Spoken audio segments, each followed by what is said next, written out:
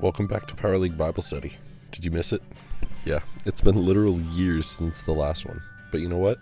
God still hasn't changed, the Bible is still real, and I'm here to tell you more about that. Buckle in, we got some good stuff coming. The topic of Jesus' resurrection has been a highly debated subject for many, many years now. There have been countless arguments either way, and for a lot of people, there isn't conclusive evidence either way.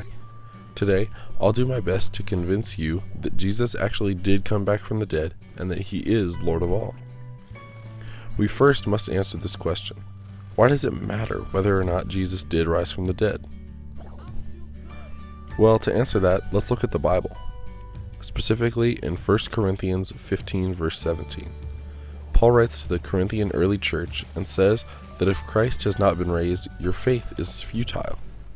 So in essence, the whole Christian faith is hinged upon this one event. And if you're not a Christian and hearing this for the first time, please listen along and maybe consider the possibility of this belief system. I'll be releasing another one of these videos about Christianity as a whole in the future. Anyway, we've now established that the resurrection must be the basis of Christian belief. This is because if Christ was never raised from the dead, then death would have defeated Jesus. Therefore, Jesus couldn't be God, and that is another central belief of Christians.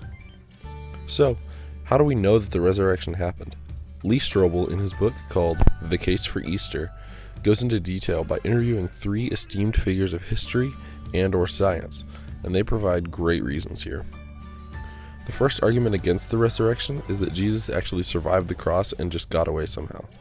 Dr. Robert J. Stein, a forensic medical detective, argued that if Jesus had somehow survived the severe flogging and whipping, then survived the cross, which scratched his back, which was already skinless and probably exposed to the bone, as well as the giant spikes in his wrists and feet, and the suffocation that resulted from the vertical hanging of the cross, Jesus would have been in such a pitiful, weak state that there would be no reason to start an entire cultural movement based on him. Not to mention the spear thrust into his side by the Roman soldiers to ensure his death. You see, crucifixion wasn't an uncommon practice in the ancient Roman days. We have details from many sources that suggest Jesus was hung up on a cross. All that to say, Jesus died, and that is for sure. Another argument is that there are inconsistencies between the gospel accounts. If you're unfamiliar, there are 4 books in the Bible that we like to call the gospel. Gospel means good news. These 4 books are all titled after their various authors: Matthew, Mark, Luke, and John. All 4 of these authors are people who knew Jesus personally and were a part of his closest 12 friends who spent most, if not all, of their time together during Jesus' ministry. So these 4 friends of Jesus were probably hit the hardest with Jesus' life, death, and resurrection. So why do they differ in their accounts? And does that hurt the credibility of the resurrection itself? Well, to say it as Gary Habermas, PhD, another interviewee of Lee Strobel in The Case for Easter, the differences in testimony don't necessarily hurt the credibility of the event.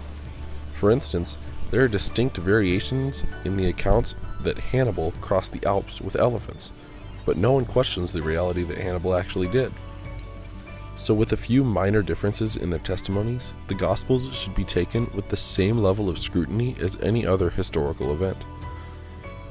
One of the reasons we don't question whether or not Hannibal crossed the Alps with elephants is that we see evidence from the destination that he did. Again, in 1 Corinthians, Paul says that over 500 people saw Jesus after he had been resurrected. That's hard to argue against. But maybe if we play devil's advocate, they were just making it up. Let's go deeper and find the root, the disciples, those 12 close friends of Jesus that spent most of their time with him.